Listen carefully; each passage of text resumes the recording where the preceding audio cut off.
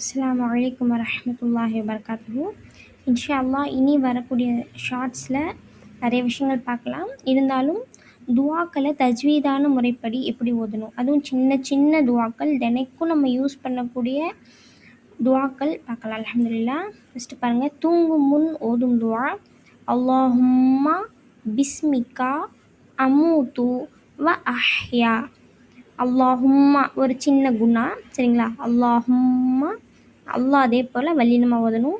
பிஸ்மிக்க சொல்ல தேவையில்லை, பிஸ்மிக்கா. ஏன்னா காஃப் சபர் கா இல்லையா, காஃப் சபர் கே கிடையாது. ஸோ பிஸ்மிக்கா அம்மூத்து வ அஹ்யா.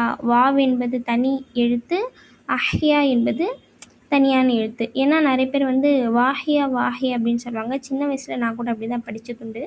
பிறகு மதரசாவுக்கு போய் தான் சரியான முறையில் கற்றுக்கிட்டேன். அல்ஹம்துலில்லாஹ்.